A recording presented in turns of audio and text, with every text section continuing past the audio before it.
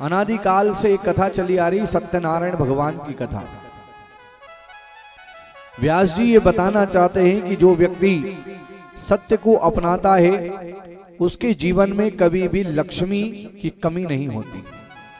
उस व्यक्ति को कभी भी कोई दुख या परेशानी या संकट नहीं होता जो सत्य को धारण करता है। और जो झूठ बोलता है उसके साथ क्या होता है? आपने सत्यनारायण भगवान की कथा सुनी होगी। सत्यनारायण भगवान की कथा के अंदर एक कथा निकलती है साधु नाम के वेश्य की। वो साधु नाम का वेश्य जब नाव में धन को लेकर के अपने नगर की ओर जाने लगा तो भगवान सत्यदेव एक दंडी स्वामी का रूप धारण करके उसके पास में गए और उससे पूछा कि तेरी नाव में क्या है? तो उसने क्या कहा कि आप क्या धन लेना चाहते हैं? मेरी नाव में बेल पत्ते आदि भरे हैं। जब झूठ बोला भगवान ने कहा तेरा वचन सत्य हो जाए। और हुआ क्या? वो लक्ष्मी से हीन हो गया। कहने का तात्पर्य कि जो व्यक्ति सत्य को धारण करता है, सत्य को अपनाता है, वो व्यक्ति कभी भी लक्ष्मी से हीन कभी नहीं होता। हमें क्या चाहिए संसार में? सोयाबीन कट जाएगा उसके बाद मोट आएंगे, सही है ना? हमें क्या चाहिए? धन चाहिए, हमें लक्ष्मी चाहिए। लेकिन लक्ष्मी आने का साधन क्या है? सत्य बोलो। इस कलयुग का ऐसा प्रभाव है कि व्यक्ति सत्य को धारण नहीं करता, सत्य की जगह पर झूठ पारायण हो गया। वो झूठ ज्यादा बोलता है, जिसके कारण एक झूठ को छुपाने के लिए 100 झूठ और बोलता है। तो झूठ पारायण हो गया। जब जहां झूठ होगा वहां लक्ष्मी आएगी क्या? अच्छा, कल की कथा में बताया था कि सत्य कौन है? सत्य स्वयं नारायण है। और जहां नारायण होते हैं वहां लक्ष्मी क्या रह सकती क्या अकेले? वहां तो लक्ष्मी तुरंत आएगी जहां नारायण होंगे। तो जो व्यक्ति सत्य को धारण कर रहा है तो वो सत्य को नहीं, वो नारायण को धारण कर रहा है।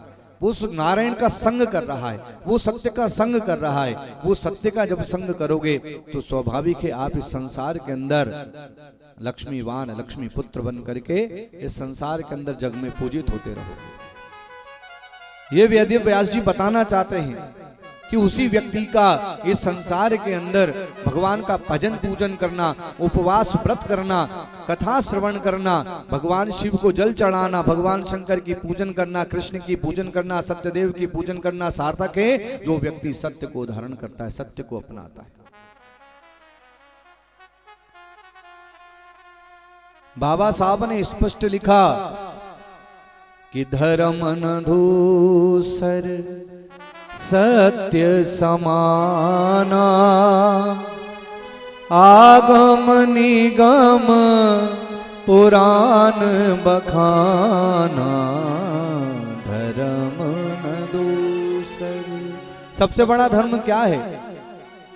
सबसे बड़ा धर्म यही है, सत्य से बड़ा कोई सा धर्म है ही नहीं संसार में।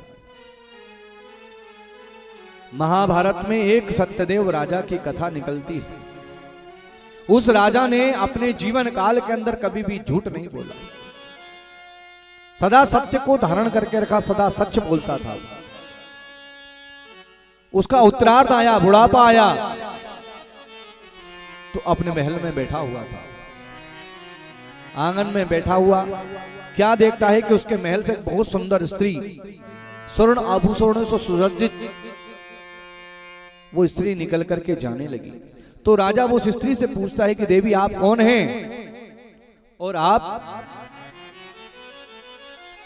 कहां जा रही हैं, आपका क्या नाम है? तो उस स्त्री ने कहा राजन मेरा नाम है लक्ष्मी और अब तुम्हारा उत्तरार्ध आ चुका है, मैं तुम्हें छोड़ करके जा रही हूं। राजा लक्ष्मी को जाने देता है। उस स्त्री के बाद एक पुरुष निकलता है।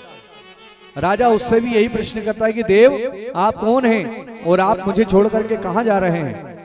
तो वो पुरुष कहता है कि राजन मेरा नाम है दान और जहां मेरी बहन लक्ष्मी नहीं रहती वहां मेरा क्या काम, इसलिए मैं भी तुझे छोड़ करके जा रहा हूं। राजा दान को भी जाने देता है।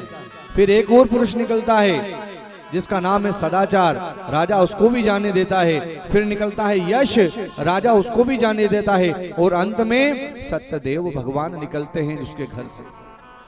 राजा उनसे भी पूछता है कि देव आपका नाम क्या है और आप मुझे छोड़ करके कहां जा रहे हैं? तो सत्यदेव कहते हैं कि राजन मेरा नाम सत्य है और मैं तुझे छोड़ करके जा रहा हूं। राजा तुरंत उनके चरण पकड़ लेता है और कहता है कि देव मैंने अपने जीवन काल के अंदर कभी भी आपको छोड़ा नहीं, सदा आपको धारण करके रखा, और आज मेरी उत्तरार्ध की घड़ी में आप मुझे छोड़ करके जा रहे हो, मैं आपको जाने नहीं दूंगा। राजा सत्यदेव भगवान को जाने नहीं देता।